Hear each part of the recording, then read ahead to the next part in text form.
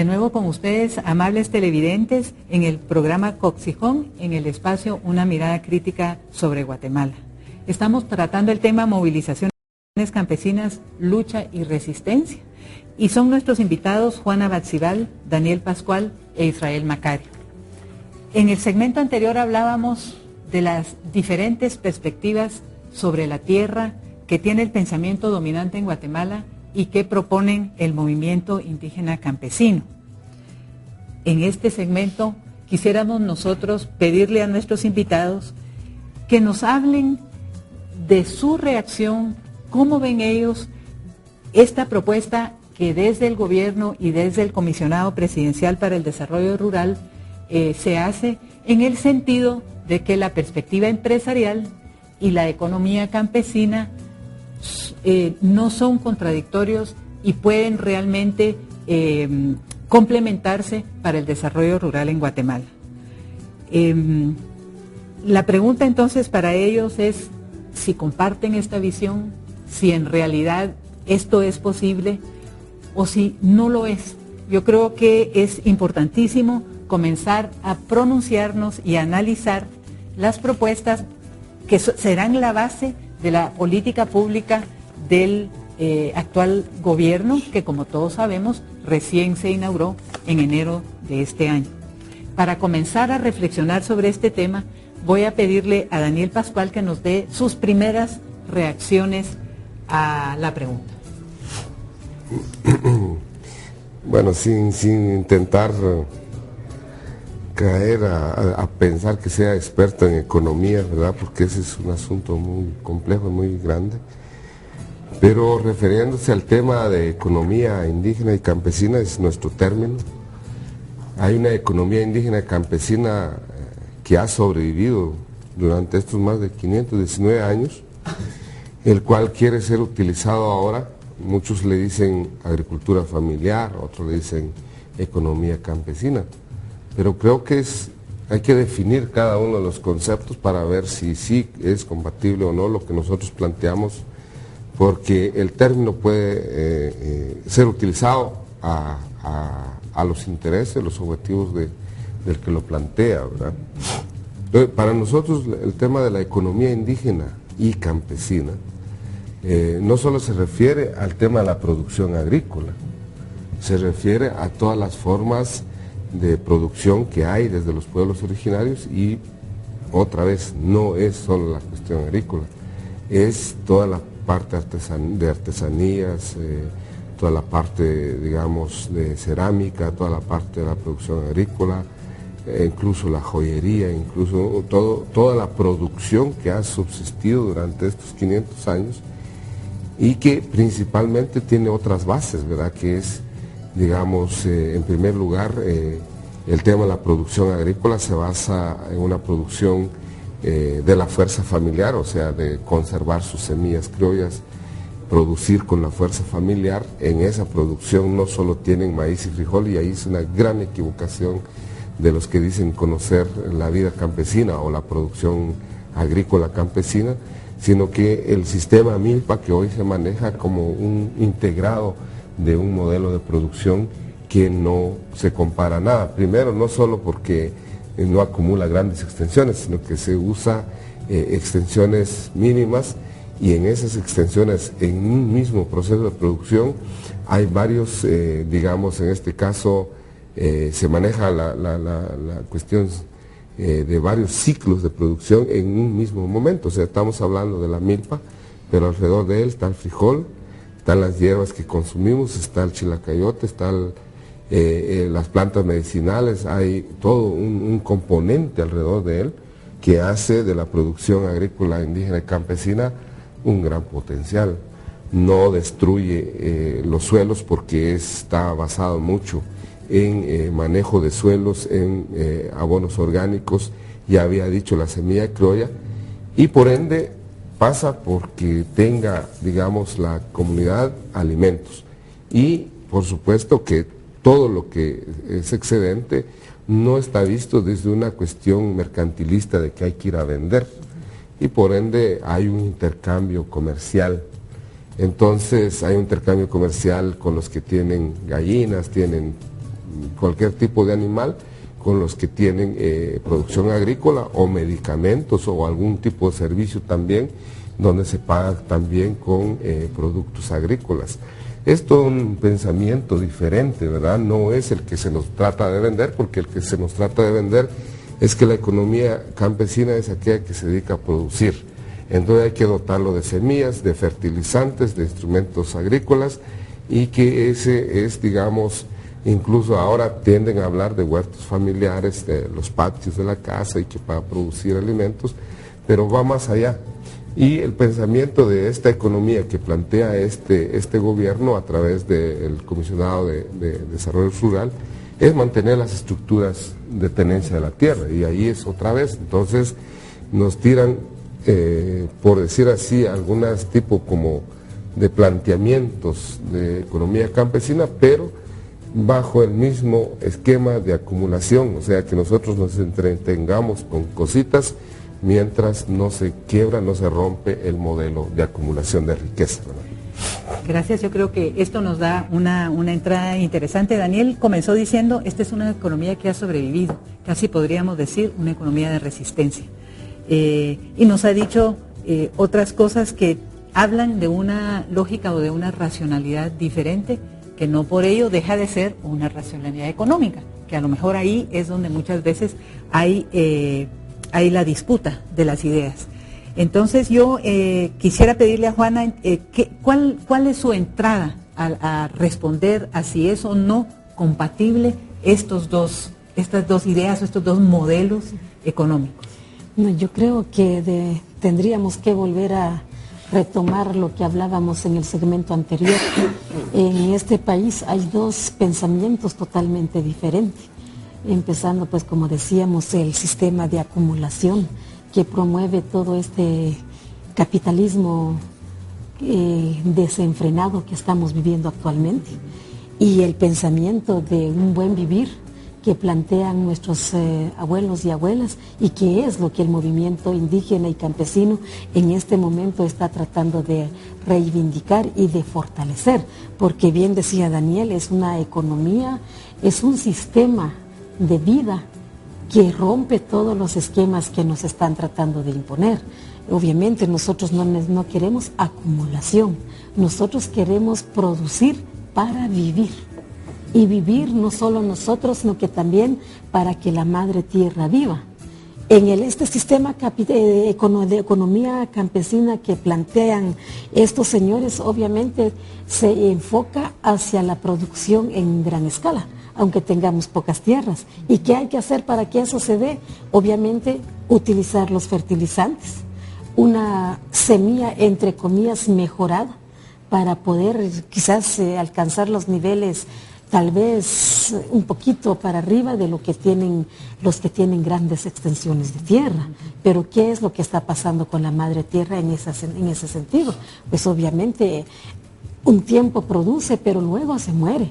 En el caso de nosotros existe la rotación de cultivos y digamos toda esa trilogía que mencionaba Daniel entre el maíz, frijol, ayote, pues ese es el que sostuvo a esta gran civilización maya, que durante 45 días de trabajo nada más utilizaban para mantener a una familia de cinco miembros, y el resto se utilizaba justamente para la ciencia, para el arte, para el ocio. Y hoy por hoy no contamos ni con ciencia, no tenemos el acceso a la educación y tampoco menos para pensar en descansar o para poder recrear toda una cultura. Hoy estamos con todos nuestros hermanos, son los que están dando la mano de obra barata y a veces hasta obligada para producir esas grandes extensiones de tierra. Por lo tanto, pues en ese sentido, pues yo siento que jamás va a coincidir. Particularmente tenemos que valorar el aporte de las mujeres en esta economía de nuestros pueblos. Nosotros las mujeres aportamos económicamente. Que no se quiera valorar eso a nivel monetario es otra cosa, pero desde nuestras comunidades son aportes enormes, desde los tejidos, la educación a los hijos, el ordenamiento y administración de la misma casa. Somos administradoras, de repente no hemos pasado en la universidad, pero administramos los recursos y hacemos política también, Hay que recordar que en el pueblo maya anteriormente existía una gran participación de la mujer en tomas de decisiones políticas, económicas, culturales y sociales. Muchas gracias, Juana. Es sumamente interesante también oír este análisis que nos hace. Yo creo que ella toca varios puntos muy interesantes, pero uno que está relacionado de manera muy cercana al debate económico es el que dice: mantengamos, ya lo tocaba también al final de su intervención Daniel, mantengamos intactas las estructuras y vía tecnología mejoremos la producción, la famosa revolución verde, que se va a basar en fertilizante, en un tipo de semilla que no nos conviene, ¿verdad? Y que va a esperar que aún con una población creciente vayamos a lograr de la misma parcela una producción cada vez mayor por la vía de la tecnología. No pienso yo que el tema es cerrarse a la tecnología, pero sí el tema es entender cuál es la racionalidad, cuáles son lo que hay en el fondo de las decisiones que se pueden tomar en una unidad de producción campesina. En esa dirección quizás le preguntaría entonces a Israel cuál es su perspectiva sobre este debate que en el país se da en relación con la economía campesina y la economía empresarial. Bien, Clara, aquí quiero empezar dos visiones una vez más. Uno es la convivencia y la vivencia con la madre naturaleza versus la vida humana. El segunda visión es la acumulación y explotación a la madre naturaleza versus acumulación de riqueza, ¿no? El comisionado para el desarrollo rural habla de economía campesina. Siento que es una frase que pues ni modo la escuchó y la vuelva a decir, pero quiere darle un enfoque que lo que piensan hacer es economía campesina. Cuando realmente uno revisa la propuesta de desarrollo rural que el gobierno a través de Adrián Zapata quiere impulsar, enfoca una vez más hacia la explotación de los recursos naturales. Y precisamente ve al campesino como alguien que tiene que también explotar y acumular.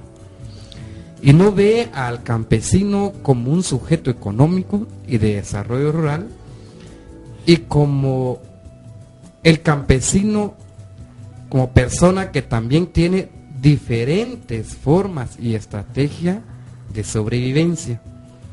El decir el campesino en el marco de la economía campesina no produce 2, 3 cosas, ¿no? Como en su momento lo hicieron ver los Whitman, ¿no? Daniel se recordará bien esa frase, que los campesinos solamente pueden sembrar maíz y descansan 7 o 6 meses ahí sin hacer nada, y no es así. Ya los campesinos tienen la capacidad de poder producir diferentes cosas, diferentes productos, desde medicina, desde árboles frutales, desde cuestiones agrícolas, artesanías y muchas formas, ¿no?, de poder articular su economía para poder sobrevivir. Sobre todo lamentamos, diría yo, mucho de cómo ver a un campesino que es el huevón, el que no puede trabajar, el que es sinónimo de pobreza, cuando realmente es el que da sustento a la economía nacional.